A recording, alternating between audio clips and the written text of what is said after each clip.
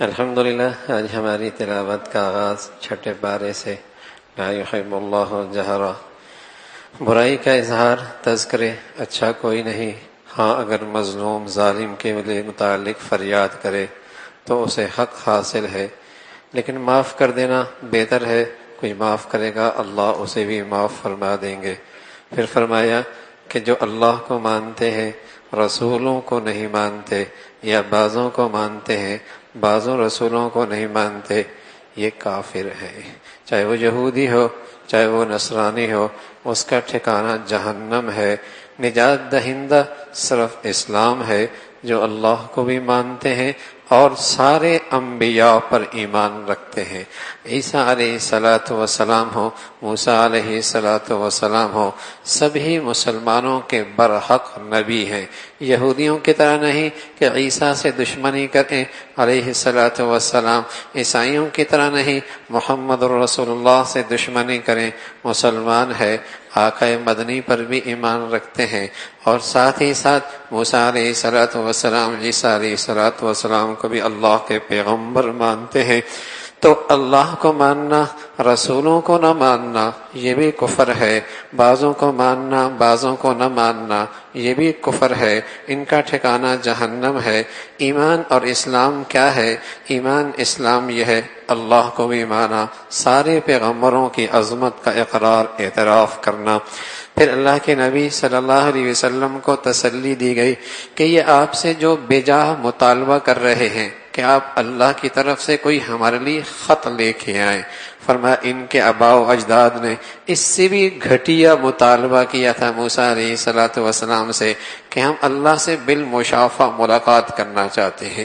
اللہ نے اوپر سے کڑک پھینکی اور پھر اللہ رب العزت نے ان سے طور پہاڑ کو سر پہ رکھ کر ان سے معاہدہ کروایا، لیکن انہوں نے انبیاء کو قتل کیا، سارے عہد و پیمان کو نظر انداز کر دیا، انبیاء علیہ الصلاۃ والسلام کو قتل، اور اہل علم کی بے ادبی کی نحوست ہے، اللہ نے ان کے دلوں پہ مہر لگا دی، یہ کبھی ایمان نہیں لائیں گے۔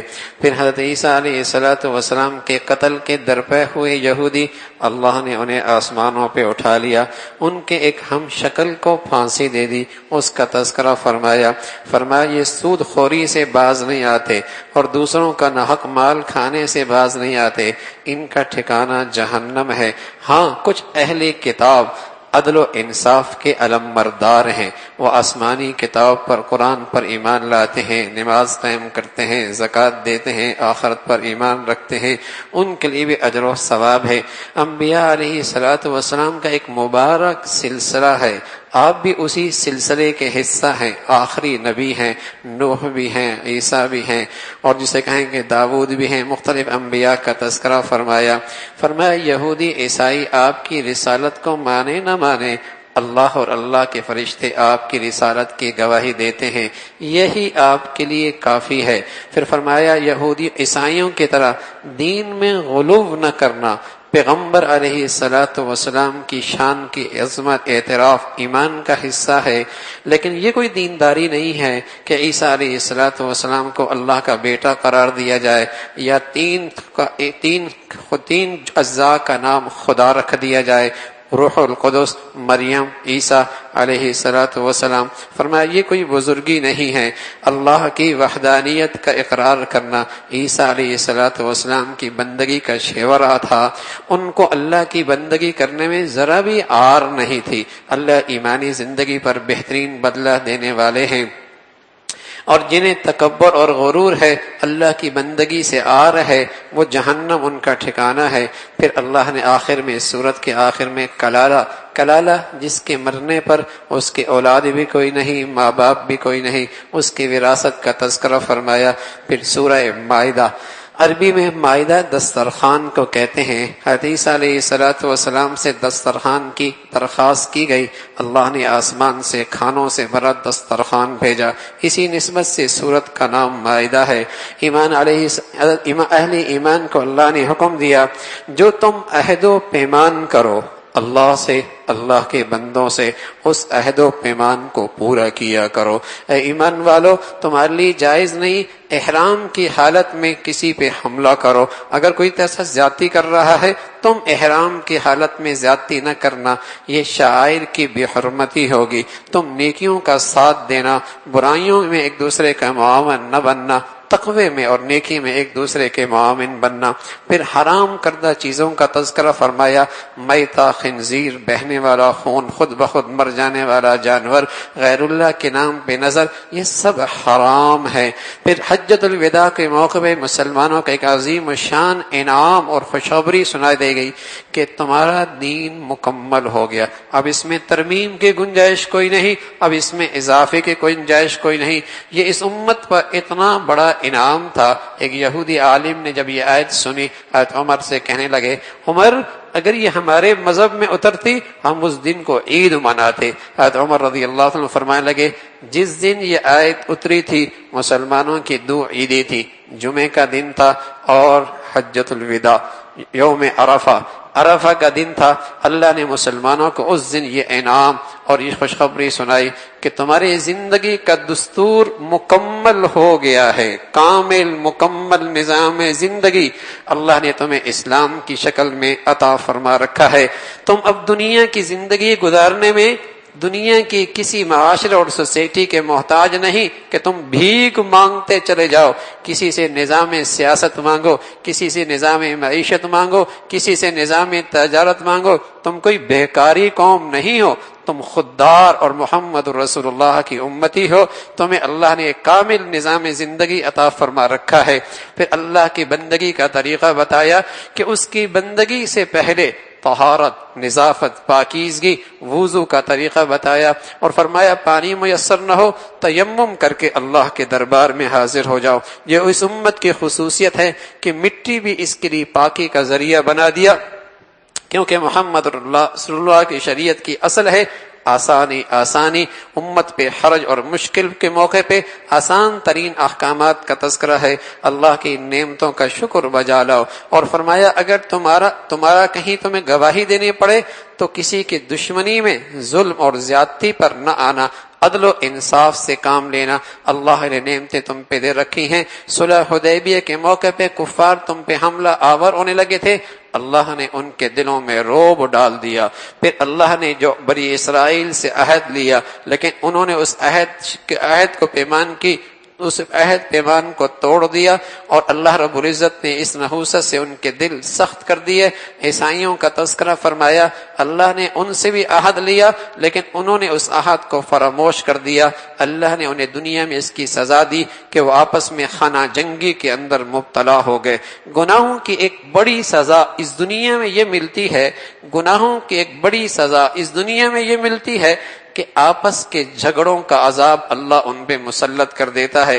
کوئی گھر نہیں ملے گا جس کے چھت تلے رہنے والے اللہ کی نافرمانیاں کرتے ہوں اور پھر آپس میں محبت سے رہتے ہوں۔ کوئی گھر روئے زمین پہ نہیں ملے گا جس کے چھت تلے رہنے والے کھلے عام اللہ کی نافرمانیاں کرتے ہوں اور پھر محبت بھری زندگی گزارتے ہوں۔ نانا، گناہوں کی ایک دنیاوی سزا ہے، اللہ محبتوں کی نعمت اور محبتوں کی فضاؤں سے انہیں محروم کر دیتا ہے، اس کا تذکرہ فرمایا۔ پھر جو اللہ رب العزت نے ان کی مذمت فرمائی کہ یہ کہتے ہیں تین کو ملا کر خدا ہے، فرمایا یہ تو کفر کی بات ہے۔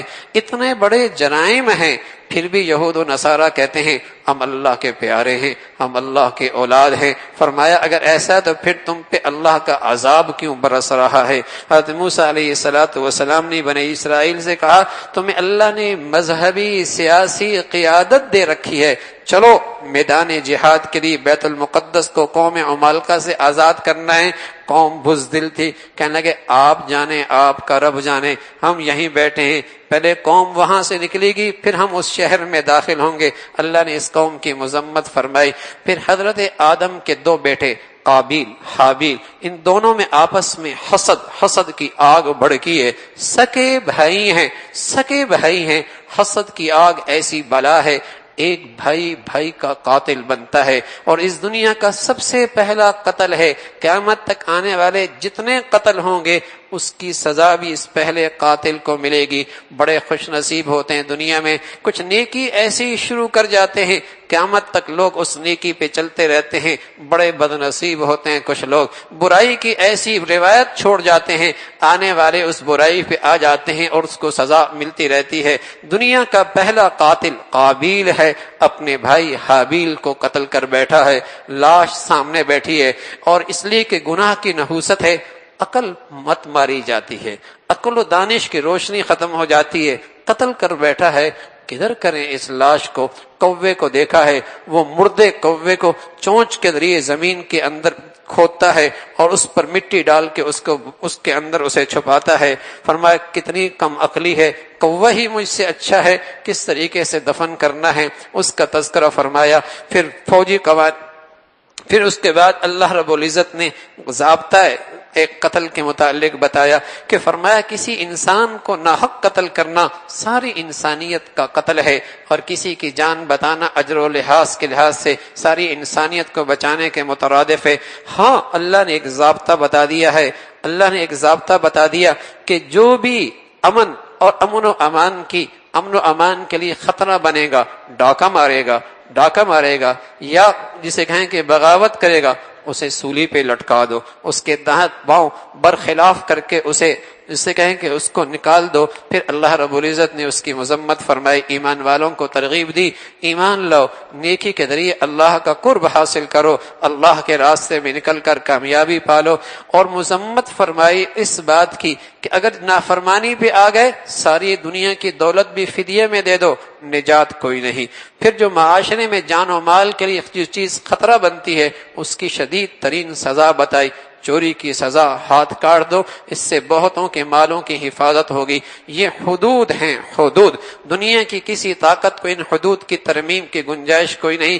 آج روئے زمین انہیں حدود سے خالی ہو گئی ہے اور دنیا جرائم سے بھر چکی ہے۔ کیا کچھ ذرائع استعمال نہیں ہو رہے جرائم کو روکنے کے، لیکن جرائم ہیں روز بروز بڑھتے ہی چلے جا رہے ہیں، اس لیے کہ روئے زمین اللہ کے حدود سے خالی ہو چکی ہے، جرائم کی کثرت ہوتی چلی جا رہی ہے۔ اس کا تذکرہ فرمایا۔ پھر اللہ نے نبی علیہ الصلوۃ والسلام کو تسلی دی کہ یہ جو لوگ ایمان نہیں لاتے اور آپ کا دل اس پہ پریشان ہوتا ہے، فرمایا پریشان ہونے کی ضرورت نہیں، اللہ ان کی حرکات کو دیکھ رہا ہے، یہ سود خور ہیں، آپ کے پاس بیٹھتی بھی ہیں، جاسوسی کی نیت سے آتے ہیں، ان کے دل کے اندر ایمان ہدایت کی طلب کوئی نہیں۔ پھر اللہ نے جو آپ کو کتاب دی ہے وہ تورات اور انجیل کو جامع ہے، ان کی تمام مضامین کی تصدیق کرنے والی ہے۔ اللہ کا ضابطہ ہے کسی کو زبردستی ایک مذہب پہ نہیں لے کے آتے، سب کو اختیار دے رکھا ہے۔ پھر اللہ نے اہل ایمان سے کہا یہود و نصارہ کے دوستی نہ کرنا، جو ان سے دوستی کرے گا وہ انہی میں سے ہوگا، کل قیامت میں انہی میں سے اٹھایا جائے گا۔ اور دلی دوستی کا نتیجہ ہے کہ آدمی دین اسلام سے محروم ہو جاتا ہے۔ فرمایا جو دین اسلام سے محروم ہو جائے اللہ کی سلطنت میں عزت میں فرق کوئی نہیں ہونا، اللہ نے کسی اور کو کھڑا کر دینا ہے۔ جو اللہ سے محبت کریں گے اللہ ان سے محبت کرے گا، وہ ایمان والوں کے لیے نرم اور شفقت رکھتے ہیں، کفار کے مقابلے میں باہمت اور سخت ہوں گے، اللہ کے راستے میں جان کی بازی لگا دیں گے، کسی ملامت کرنے والے کی انہیں پرواہ کوئی نہیں ہوگی۔ یہ بہت بڑی کامیابی ہے۔ ایمان والوں کی دوستی لیے کون؟ وہ جو اللہ کی عبادت کرتے ہیں، نماز پڑھتے ہیں، زکوٰۃ دیتے ہیں، اللہ سے دوستی رکھتے ہیں، یہ اللہ کی جماعت ہے۔ فرمایا تم ان سے دوستی کیسے لگاتے ہو جو تمہارے دین کا مذاق اڑاتے ہیں، تمہارے شعائر دین کے شعائر کا تمسخر کرتے ہیں، تم ان سے دوستی کیسے رکھتے ہو؟ اور ان سے تمہاری دشمنی کی ایک ہی وجہ ہے تم ایمان والے ہو، ان کی تمہاری دشمنی کی ایک ہی وجہ ہے تم ایمان والے ہو۔ پھر اللہ نے ان کی مذمت فرمائی اور عیسیٰ علیہ السلام کے متعلق ان کا غلط نظریہ اس کی تردید فرمائی، اور فرمایا کہ عیسیٰ علیہ السلام اللہ کی بندگی کرنے والے ہیں، حضرت مریم یہ اللہ کی بندی ہے، عیسیٰ علیہ السلام کی والدہ ہیں، اور فرمایا جن کی تم پرستش کرتے ہو نہ تمہیں نفع دے سکتے ہیں نہ نقصان پہنچا سکتے ہیں۔ اللہ نے بنی اسرائیل پہ لعنت کیوں فرمائی؟ اس لیے کہ وہ برائیاں دیکھتے تھے، روکتے کوئی نہیں تھے، نافرمانیاں دیکھتے تھے روکتے کوئی نہیں تھے، اللہ نے ان پہ لعنت فرمائی، اسی کا تذکرہ فرمایا۔ پھر کچھ عیسائی پھر اللہ رب العزت نے فرمایا کہ مسلمانوں سے دشمنی میں سب سے آگے یہودی ہے، مشرک ہے، یہ عیسائیوں سے بھی زیادہ مسلمان دشمنی کے اندر آگے ہیں۔ اور کچھ حق پرست عیسائیوں کا تذکرہ فرمایا۔ حبشہ کے عیسائی تھے، حضرت جعفر نے قرآن سنایا تو ان کی آنکھوں سے آنسو جاری ہو گئے، اور قرآن نے ان کے دل کی دنیا پہ اثر کیا، اس کا تذکرہ فرمایا۔ پھر قسموں کے تذکرہ کہ قسم کھانا، بات پہ قسم کھانا لو قسم ہے، اس پہ پکڑ کوئی نہیں۔ ہاں کسی مستقبل کے کام پر قسم کھائی، ایسا کروں گا یا نہیں کروں گا، اس قسم کو پورا کرنا ضروری، ورنہ کفارہ دینا پڑے گا، 10 مسکینوں کو کھانا کھلانا پڑے گا۔ خنزیر فرمایا کہ شراب، جوا، میسر، یہ سب چیزیں شیطانی کام ہیں، اس سے مسلمان معاشرے میں ٹوٹ پھوٹ ہوتی ہے، آپس میں نفرتیں وجود میں آتی ہیں۔